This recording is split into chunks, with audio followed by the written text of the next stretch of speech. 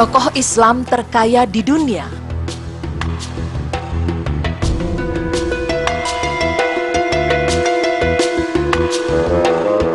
Pemirsa beriman, memenuhi kebutuhan hidup baik secara lahiriah maupun batiniah adalah salah satu fitrah manusia. Hal ini mendorong manusia untuk senantiasa berupaya untuk memperoleh segala sesuatu yang menjadi kebutuhannya. Pemenuhan kebutuhan lahiriah biasanya identik dengan sandang, pangan, dan papan. Namun, manusia tidak berhenti di situ. Bahkan manusia cenderung semakin banyak kebutuhan-kebutuhan lain yang harus dipenuhi.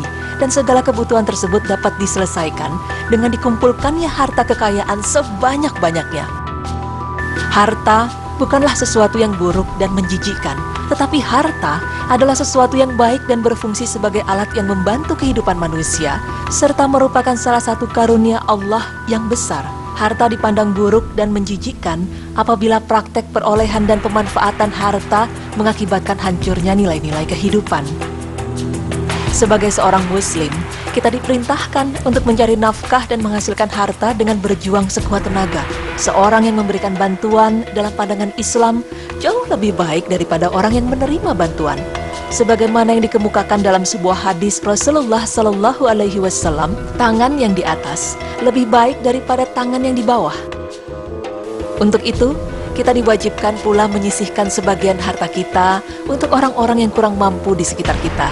Sebagaimana firman Allah yang artinya, berimanlah kamu kepada Allah dan Rasul-Nya dan infakkanlah di jalan Allah sebagian dari harta yang Dia telah menjadikan kamu sebagai penguasanya atau amanah. Maka orang-orang yang beriman di antara kamu dan menginfakkannya hartanya di jalan Allah memperoleh pahala yang besar. Quran Surah Al-Hadid ayat 7. Pemirsa, kali ini kami akan memaparkan beberapa tokoh Islam terkaya di dunia versi berita Islami masa kini. Siapa sajakah? Ini dia beritanya. Yang pertama adalah pemimpin salah satu negeri monarki absolut yang mendapatkan kekayaan dari persediaan minyak buminya, yaitu Brunei Darussalam. Namun, persediaan minyak mentah Brunei diperkirakan akan habis dalam waktu 25 tahun. Pemimpin negeri ini adalah Sultan Haji Hassan Al-Bolkiah. Selain menjadi sultan, dia juga adalah Perdana Menteri dan Panglima tertinggi Angkatan Bersenjata Brunei. Dengan kekayaan mencapai 20 miliar dolar Amerika Serikat, tak heran jika Hassan Al-Bolkiah memiliki istana dengan 1.800 kamar dan menjadi salah satu kolektor mobil terbanyak di dunia. Dikabarkan bahwa salah satunya adalah Rolls-Royce yang dilapisi emas 24 karat. Semua kekayaan ini kelak akan menjadi milik sang putra Al-Muhtadi Billah. Sultan Hassan Al-Bolkiah juga membentuk suatu yayasan yang dibentuk untuk koordinasi bantuan-bantuan kepada korban-korban bencana alam. Berikutnya adalah Raja Arab Saudi yang keenam, yaitu Abdullah bin Abdul Aziz Al Saud. Setelah sebelumnya bergelar Pangeran Abdullah, ia semakin leluasa menjalankan pemerintahan setelah dinyatakan secara resmi sebagai Raja Arab Saudi sejak wafatnya Raja Fahd bin Abdul Aziz pada 1 Agustus 2005. Sementara, Menteri Pertahanan Sultan bin Abdul Aziz dinyatakan sebagai Pangeran Mahkota. Di bidang sosial politik, Abdullah menyelenggarakan dialog nasional yang melibatkan berbagai kalangan masyarakat dan menggelar pemilihan langsung anggota kota praja secara nasional pada awal tahun 2005. Ia juga membuka kesempatan kepada para pemodal asing untuk menanamkan investasi di bidang eksplorasi dan produksi gas. Raja Abdullah mendapatkan kekayaannya yang mencapai lebih dari 18 miliar dolar Amerika Serikat karena negerinya memiliki 18% cadangan minyak mentah seluruh dunia. Dalam usia hampir 90 tahun, kesehatan Raja Abdullah terus menurun dan perebutan kekuasaan diperkirakan akan muncul setelah meninggalnya Raja Abdullah. Sesuai tradisi, penguasa tahta Saudi adalah keturunan langsung Ibnu Saud, pendiri Arab Saudi. Oleh karenanya, tak satupun anggota keluarga Abdullah yang berasal dari 4 istri serta 7 putra dan 15 putrinya yang akan menduduki tahta Saudi. Raja Abdullah juga membuat sebuah universitas yang dinamai King Abdullah University of Science and Technology. Bahkan ia juga mendapat gelar doktor kehormatan dalam bidang perdamaian dunia dan kemanusiaan dari Universitas Indonesia karena jiwa toleransinya yang sering mengadakan dialog-dialog antar agama di berbagai negara. Tokoh Islam terkaya berikutnya adalah Khalifah bin Zayed Al Nahyan yang biasa disebut Sheikh Khalifah. Ia menjadi Presiden Uni Emirat Arab dan pemimpin Abu Dhabi sejak tahun 2004. Menurut salah satu media cetak mengabarkan bahwa kekayaan Sheikh Khalifah yang sebesar 15 miliar dolar Amerika Serikat tersebut berasal dari produksi minyak bumi di negerinya. Dia dikabarkan mengendalikan cadangan minyak sebesar 100 miliar barel. Sheikh Khalifa juga menjalankan salah satu perusahaan pengelola dana kekayaan terbesar kedua di dunia dengan aset mencapai 627 miliar dolar Amerika Serikat. Seluruh keluarga Al Nahyan dikabarkan memiliki total kekayaan mencapai 150 miliar dolar Amerika Serikat. Sheikh Khalifa mendirikan penghargaan Khalifah Pendidikan dan Keuangan Program Perumahan Besar di Sheikh Khalifa City. Bukan hanya itu, ia juga telah menjanjikan 150 juta dolar Amerika Serikat untuk University of Texas, MD Anderson Cancer Center untuk membangun sebuah klinik pengobatan kanker.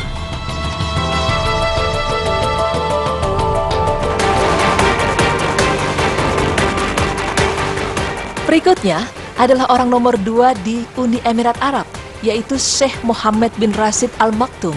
Dia menjabat sebagai Perdana Menteri dan Wakil Presiden UAE sejak 2006 setelah mengambil alih jabatan itu dari kakaknya. Pada bulan Juni 2010, kekayaannya diperkirakan sebesar 79 miliar dolar Amerika Serikat.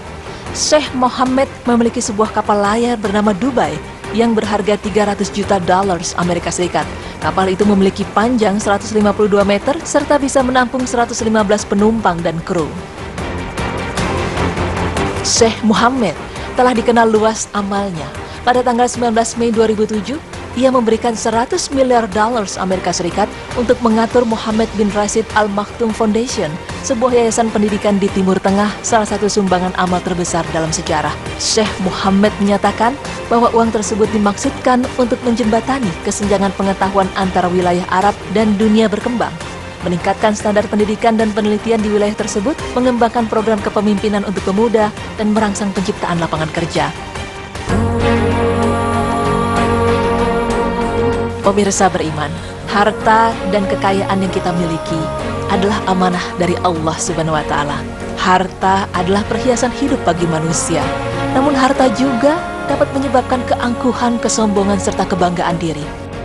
Selain juga sebagai ujian keimanan, kan hal ini menyangkut cara mendapatkan dan memanfaatkannya, apakah sesuai dengan ajaran Islam atau tidak.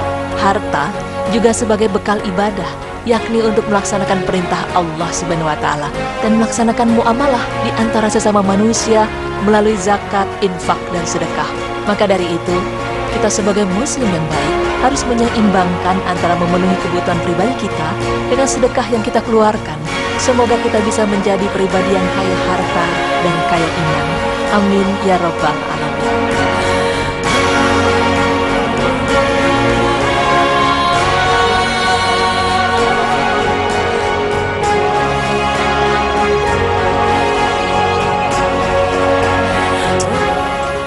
Masya Allah, memang ya luar biasa sekali tadi. Memang kalau misalnya kita dengar kekayaannya begitu besar sekali gitu. Tapi memang rata-rata tadi dari Arab ya, dari negara Arab, baik dari Arab Saudi. Minyaknya sih kebanyakan. Minyaknya. Tadi kalau misalnya Sultan Hasan Al-Bolkiah itu memang dari Asia ya, Asia Tenggara. Tapi yang lain itu dari Arab Saudi dan Uni Emirat Arab. Betul. Dan memang tadi luar biasa sih ya, mereka Masya dermawan. Allah, mereka kaya tapi tetap dermawan. Jiwa sosialnya tinggi, mau berbagi. Nah justru ini harus kita contoh pemirsa. Kita diberikan kelebihan dalam hal materi, kita harus tetap berbagi sama teman-teman kita. Karena memang yang kita punya sekarang tidak semuanya hanya milik kita, no? Justru kita diberikan amanah untuk berbagi. Benar, ada hak yang lain yang punya orang lain gitu. Dan satu hal lagi memang kalau misalnya ya Allah itu kan tidak melihat apa jasad ataupun rupa kita, tapi Allah melihat amal perbuatan kita. Dan satu hal lagi, kalau misal kekayaan itu tidak menjamin kita masuk surga. Betul. Tapi kekayaan itu bukan menjamin kita adalah orang yang paling mulia di mata Allah. Karena orang yang paling mulia di mata Allah adalah orang yang paling bertakwa. Amin. Jadi kaya hati dan juga kaya materi juga nggak apa-apa ya, No ya? Iya. Dunia akhirat balance. Insya Allah. Amin. Nah pemirsa, kita masih akan kembali setelah berikut ini. Jangan kemana-mana, tetap di Berita Islami Masa Kini.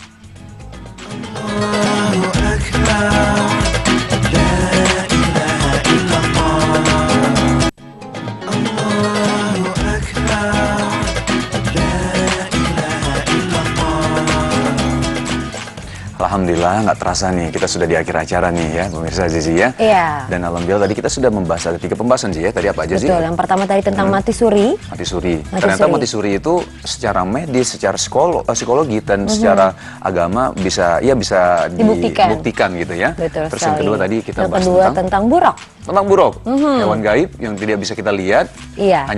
Hanya Rasulullah SAW yang menggunakannya ya, karena ini adalah mukjizat dari Allah Subhanahu Wa Taala. Betul. Dan yang terakhir tadi tentang orang-orang terkaya di dunia. Ayo, mari kita semua kalau mau jadi orang kaya mungkin kita harus banyak-banyak bersedekah kali ya. Betul, karena justru dia jadi orang kaya karena banyak bersedekah dan ya. Jiwa sosialnya tinggi. Benar Oke, insya Allah besok kita ketemu lagi pemirsa. Jangan lupa saksikan terus Berita Islami Masa Kini hanya di Trans TV, milik kita bersama. Wassalamualaikum warahmatullahi wabarakatuh.